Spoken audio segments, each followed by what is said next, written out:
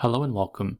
In this video, we're going to finish our workflow, and as we do, we'll see how to use sub-workflows and with items. Let's go ahead and get started, and as always, thank you for watching. Sub-workflows allows us to use workflows in other workflows. So we'll have a parent workflow and a child workflow, that is our sub-workflow. With items is a feature in Rewst that allows an action or workflow to run on all the items in a list. So in our example, we'll use with items to have our workflow run through a list of groups, giving us the ability to add or remove a user from multiple groups at the same time. Finally, we'll use Rewst to surface our feedback messages and send those messages in an email. Let's go ahead and jump into Rewst and see how these things work. I'm back over here at my instance of Rewst, and what we're going to do is head over to Automations, followed by Workflows. Once we're here at Workflows, we're going to be creating a new workflow that will be our parent workflow. Heading over to the right-hand side, we'll click on Create and give this parent workflow a name. I'll call this workflow Add or Remove User from Multiple Groups. Once you have that name typed out, we'll go ahead and click Submit. We are now here inside of the parent workflow, and what I'm going to show off first is how to use a sub-workflow. If you look in the Actions section and scroll all the way to the bottom, you'll see a section called Workflows. This is where you'll find all of your published workflows. You'll see on my end there's quite a lot. So what I'll do is use the search bar up at the top, and I'll search for Demo, and then bring the workflow that I've been working on throughout these videos. And just like that, we are reusing the workflow that we've been working on since Rewst 102. From here, you'll notice that under the parameters section, there's going to be a couple of fields that we're going to be needing. But one of the things we're going to do to optimize our automation is bringing in multiple groups to add or remove. This is where with items is going to help us out with that. But before we start tackling with items, we first need to modify our form so that we can generate a list of groups. Let's go ahead and see how to do that. We're going to head back over to the form that we've been working on. And first thing I'm going to do is get rid of the group field that we currently have. Once I get rid of the group field, we're going to be using the multi-select field so that I can select multiple groups and create that list of groups. So bringing the multi-select onto our form editor, clicking the multi-select, and then filling out the various fields that are needed.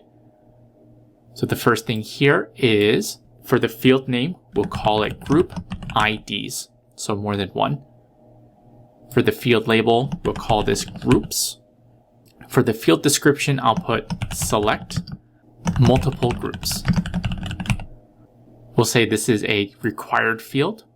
And then we're going to follow the same steps that we did for our options generator. So dynamic options, workflow generated, selecting the workflow, which is our option generator. Let's see if we can get it easily. Option generator, and there's my demo one. Label field is going to be the display name.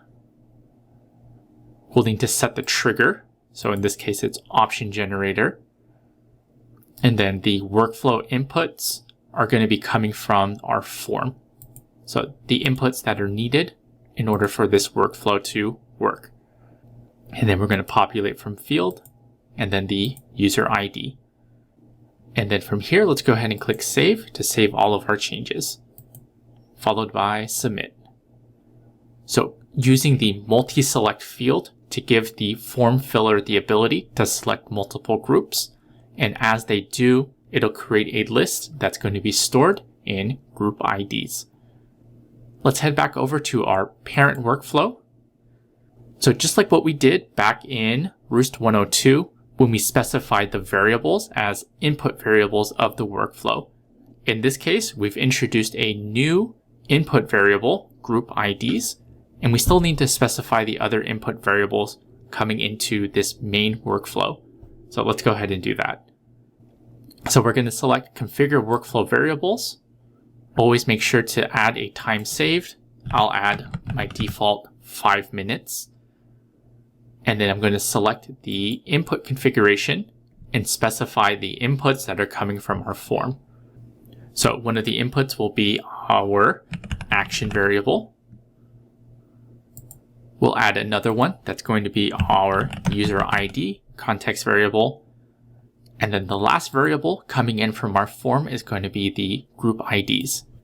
So group underscore IDs. This one is different for the type. This is going to be a list. So let's go ahead and click on the type dropdown and then select list. And then you'll see the default value is going to be an empty list. So very similar to what we did in 102, right? Bringing in the variables that are coming in from our form. Once we have that, let's scroll down to the bottom and click submit. All right. Next thing we can do is add the trigger. Since we're already here, let's go ahead and do that. So let's click on add trigger. We'll give this a name. We can call it something like parent workflow form trigger. I'll toggle enabled. And then for the trigger type, it's going to be the form again. So let's select that form. It's under the core section and then form submission. From here, the trigger parameter is going to be the form that we've been modifying. So this is the form that we've been working on. And then from here, we'll scroll down and click submit. So connecting the form as a trigger for our parent workflow. So the form will trigger the workflow and it'll bring in all of those variables that we specified. Now that we have the variables configured and coming into our parent workflow, let's configure the parameters or the input variables for our sub-workflow. So here in action, let's click on our Jinja editor. And we know this is going to be our action context variable. User ID will be the same thing. So I'll go ahead and specify that, ctx.userid. And this is where we're going to be using our with items. You'll notice that we need a group ID. It's specifically looking for a string, but right now, after making those changes in the form, all we have is a list. So this is where with items is going to help us. Let's head over to the advanced tab, and then we're going to scroll down and look for with items.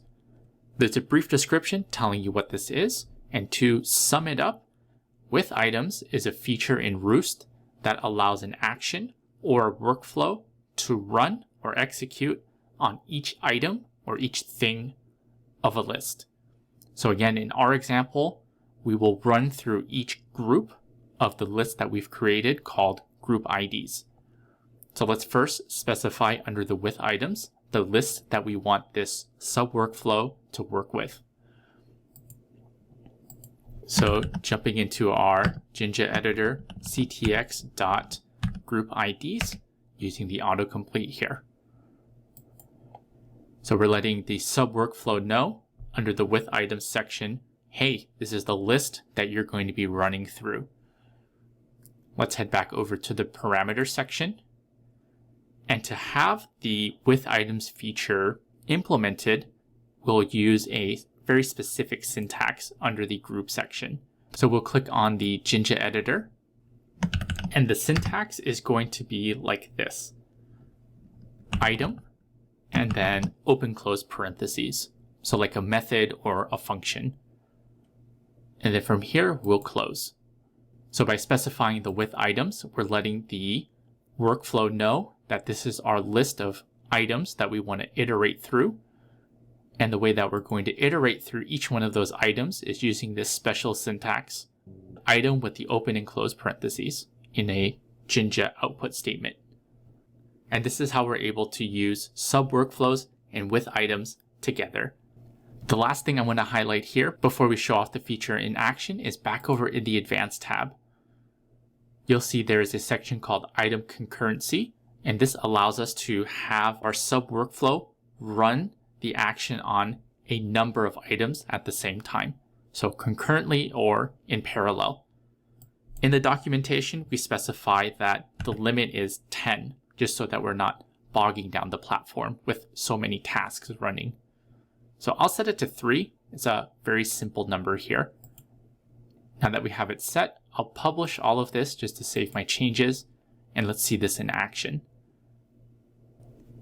Now that we have this saved, I'm going to go to the form that's connected to our parent workflow. View direct URLs, and then the form itself.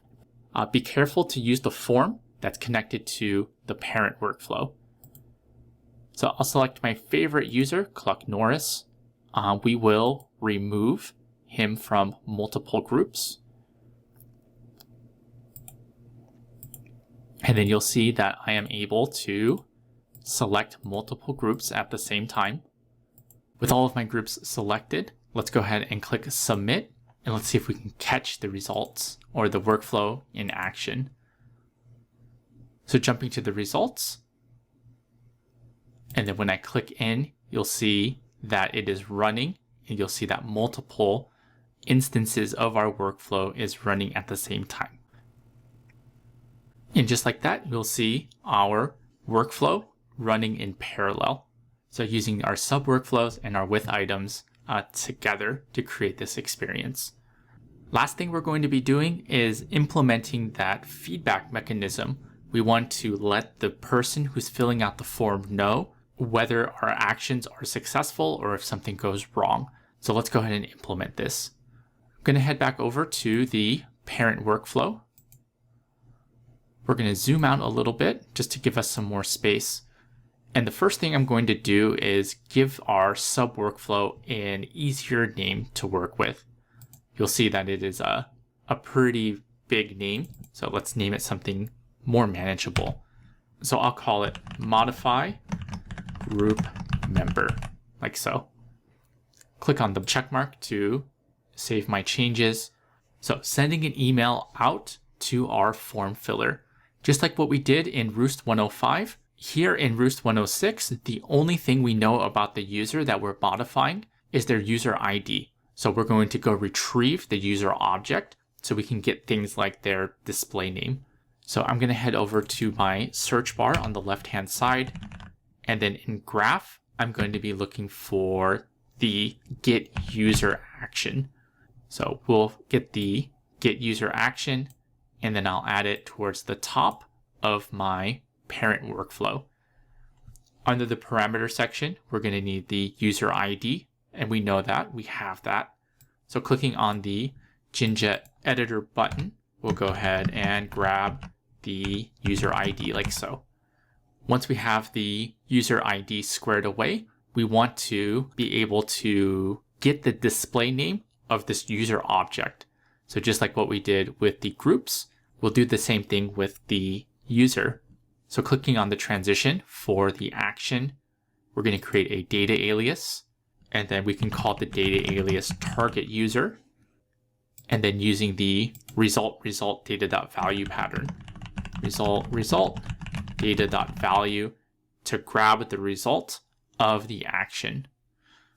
So this target user variable is going to contain the user object of the user that we are modifying in the form. I'll go ahead and move these a little bit closer. We're going to connect the get user to the sub workflow. And then below our sub workflow, we're going to add a no-op. I'll adjust the no-op here and then connect the sub workflow to the no-op. Here in the no-op, we're going to implement some Jinja to grab the group result variable from the sub workflow. In this case, because we can run the workflow multiple times using the with item feature, we want to collect all of the results of the actions performed in the sub workflow. So if we're adding to multiple groups, we want to collect that variable group result for each time it's ran. So we're going to use this no-op to help us out. First thing is we're going to rename this no-op something descriptive. I will call it collect modification results. In the transition, we're going to be creating a data alias. So I'll go ahead and click on the plus button, and then we'll call this modification results. And then we're going to head into our Jinja editor. 2 curly brackets and then the space bar. I'll go to the end and close this out so that when I hit enter, it makes it a little bit neater. Okay, we're going to use list comprehension here. And we want to get a list of our group result variable. So I'm going to be introducing another pattern here. So when using list comprehension, I like to start with the construction part, the what are we building our list out of. So for, we need a name for our index or our pointer. We'll call it modification. And then what is the list, right? We want the list that's coming from our sub workflow. So the sub workflow, as it runs, will have a list of the group result variable. So there's a pattern to get that list, and we'll show you how to do that. So the pointer is going to be pointing at a list, and that's going to be tasks dot and then modify group member. So our sub workflow. And then we want the results from the sub workflow. And the way to get that is collected results. So this is what we're building the list out of. But again, we need to grab that group result variable.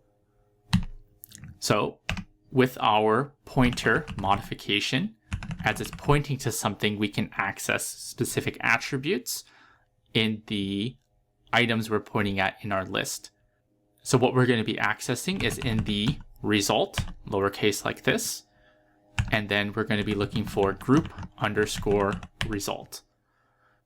So we're going to be honing in on this group result variable, and we're going to grab a list of them or get a list of them. The way we're doing that is from the results of our sub workflow. And the way we reference the sub workflow is tasks dot the name of the sub workflow and then the results of it, like so. And then we can go ahead and close this out. So inside of the modification results variable will be a list of the group result. Last thing we want to do is surface that list and send it off as an email. So we're going to head back over to our search actions, and under the core section, we're going to look for send mail. So I'll go ahead and add send mail onto our workflow palette. We'll connect our collect modification results to the send mail, and then we're going to fill out a number of these parameters here.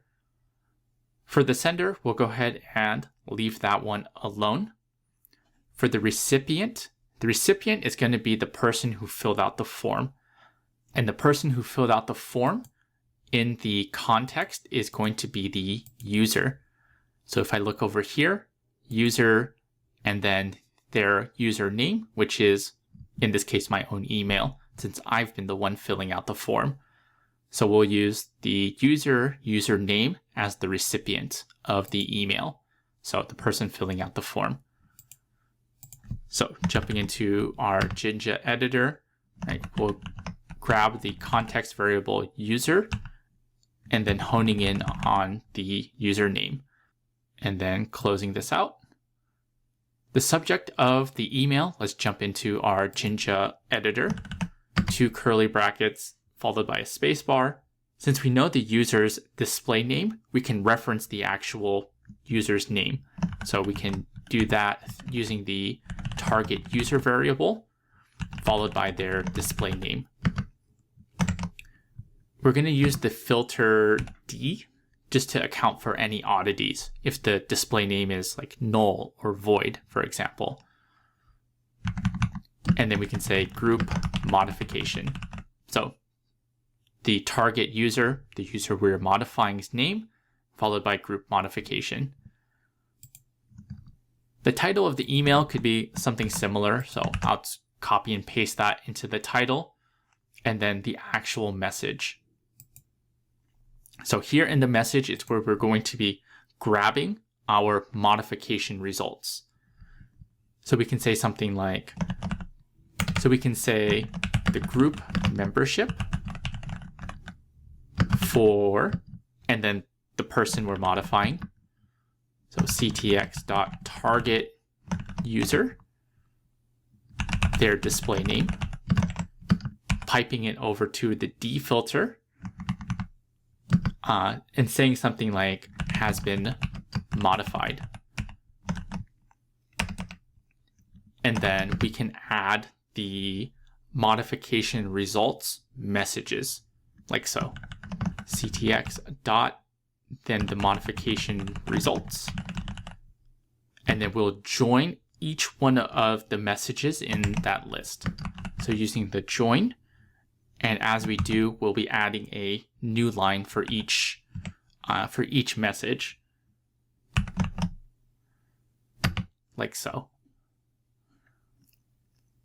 We'll close this out, and this wraps up the workflow. Let's go ahead and test this out. I'll click publish and submit to solidify all of my changes, and then we'll test it out. So jumping back over to the form, and we'll go ahead and test this out on our user CLUCK Norris. I'll go ahead and remove CLUCK Norris from a number of the groups that we have here. So I'll pick a couple, and let's see how this goes. Go ahead and click submit. I'll run over to the workflow, click on the execution results as we're waiting for it to kick off. If I click in it fast enough, we can see the actions running concurrently. Waiting for that email to send.